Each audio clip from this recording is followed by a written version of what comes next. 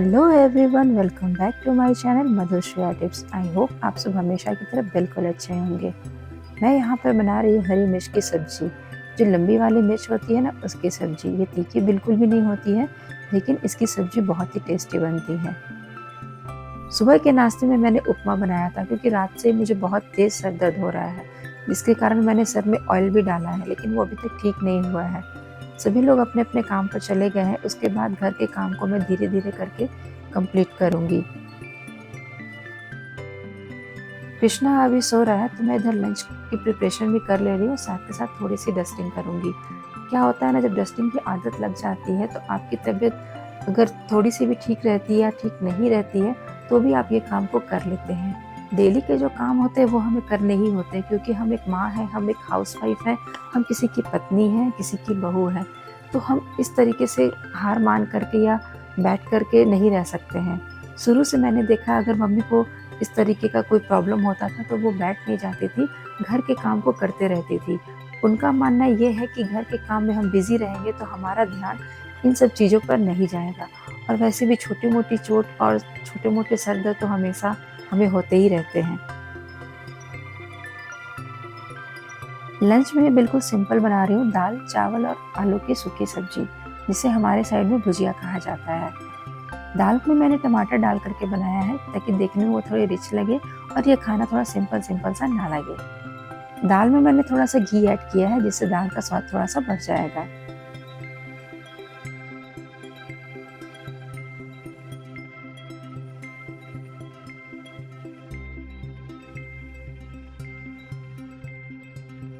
दाल को गैस पे चढ़ाने के बाद मैं चावल भी धो करके चढ़ा दे रही हूँ।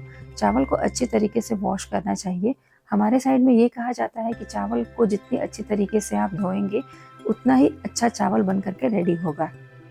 और चावल को दोनों हाथों से अच्छी तरीके से मसल करके ही धोना चाहिए। मैं जब भी चावल बनाती हूँ तो चावल को धो करके उसके बराबर पानी डाल करके गैस पे चढ़ा देती हूँ, तो मुझे चावल को ना पसाने की ज़रूरत नहीं पड़ती, यानी कि उसमें से मार निकालने की ज़रूरत नहीं पड़ती है। वो चावल उसी में बन करके रेडी हो जाता है। जब हम गर्मा गर्म दाल, चावल और भुजिया खाते हैं तो बहुत ही स्वादिष्ट लगता है। आप इसे एक बार ज़रूर ट्राई कीजिएगा।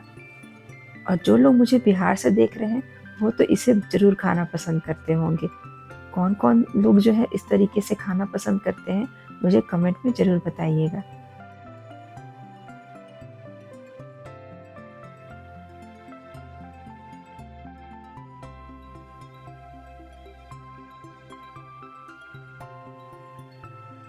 यहाँ पर धूल मिट्टी तो ज़्यादा नहीं उड़ती है, लेकिन जब कभी हवा तेज़ चलती है तो सीधे ये वाला एरिया बहुत ज़्यादा गंदा हो जाता है, क्योंकि ये टीवी जो है ना बिल्कुल विंडो के ठीक सामने है।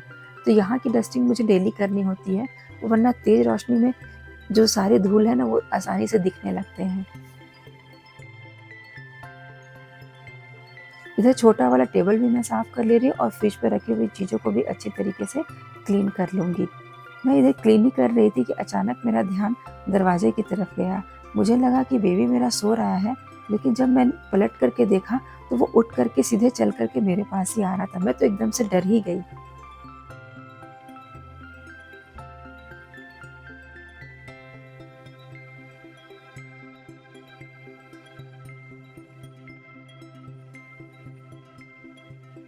अब वो उठ गया है तो वो सोएगा तो बिल्कुल भी नहीं, तो मैं टीवी ऑन कर दे रही हूँ, तब तक वो राइम्स देखेगा और तब तक मैं इधर के सारे काम को निपटा भी लूँगी।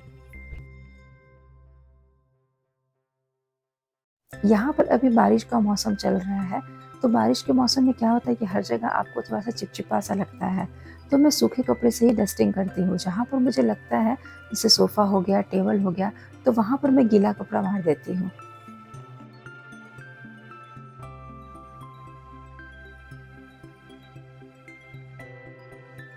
हॉल की क्लीनिंग जब कंप्लीट हो जाती है तो मैं दोनों कमरों में भी थोड़ा-सा डस्टिंग कर देती हूँ। ज़्यादा सामान तो मेरे पास है नहीं, जो भी थोड़े-मोड़े सामान हैं उन सब की ही डेली क्लीनिंग मैं करती हूँ। जब क्लीनिंग का काम कंप्लीट हो जाता है तो उसके बाद मैं आ जाती हूँ वापस किचन में। दाल और चावल तो मैंने बना लिया था, सिर्फ मुझे दाल में छौंक लगानी थी और एक साइड मुझे भुजिया को बनाना था। तो कढ़ाई मैंने गर्म होने के लिए रख ली है, उसमें मैंने थोड़ा-सा रिफाइंड डाला और उसके बाद सूखी लाल मिर्च डाली है। और यहाँ पर जब मैं छौंक लगाने लगी तो अचानक से उसमें ना बहुत तेज़ धुआँ और थोड़ी-सी आग सी आने लगी। अक्सर ऐसा होता है जब हम घी से छौंक लगाते हैं तो उसमें ना आग थोड़ी-सी लग जाती है, तो मैंने गैस फ्लेम को बंद कर दिया और दाल में छौंक लगा दिया। इधर तेल भी पूरी तरीके से गर्म हो गया था कढ़ाई में, तो इसमें मैंने आलू की कटिंग जो है उसको डाली और भूनना स्टार्ट कर दिया। लेकिन उसके पहले मैंने थोड़ी-सी हल्दी डाली। हल्दी डालने से क्या होता है कि जो छींटे पड़ते हैं ना, वो पड़ने बंद हो जाते हैं। फिर धीरे-धीरे हल्के धीमे आँच पर मैं इसको बना लूँगी। खाना बन कर के बिल्कुल रेडी हो गया है और मैं श्रेया को जा रही हूँ खाना देने। तो उसके लिए मुझे रायता बनाना ही पड़ा, क्योंकि वो जब घर में रहती है तो उसे रायता चाहिए ही चाहिए। और उसके बाद मीठे में ये डिज़र्ट जो मैंने मिल्क ब्रेड बनाया था, वो मैंने उसको दे दिया, क्योंकि उसे खाना खाने के बाद मीठा भी चाहिए। सुबह मैंने उपमा बनाया था तो वो थोड़ा-सा बच गया था। अब शाम को समझ में नहीं आ रहा था कि इस उपमा का क्या करूँ, और थोड़े से पनीर भी मेरे पास बचे हुए थे।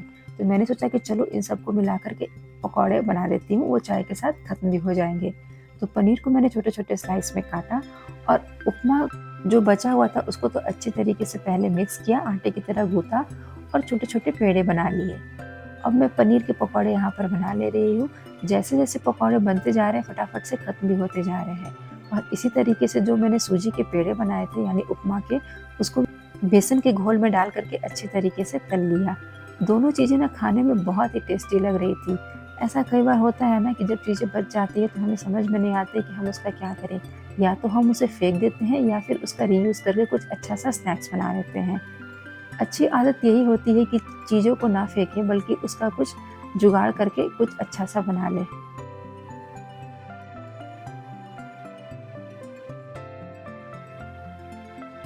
शाम का जो नाश्ता है वो बिल्कुल रेडी हो गया। आप सब भी इसमें इनवाइटेड हैं। वीडियो अच्छी लगती है तो लाइक ज़रूर करें और चैनल को भी सब्सक्राइब ज़रूर कर लें। तो यहीं पर करती हूँ अपने वीडियो को एंड। मिलती हूँ आपसे नेक्स्ट वीडियो में, तब तक के लिए take care. Thank you so much watching this video. Bye bye.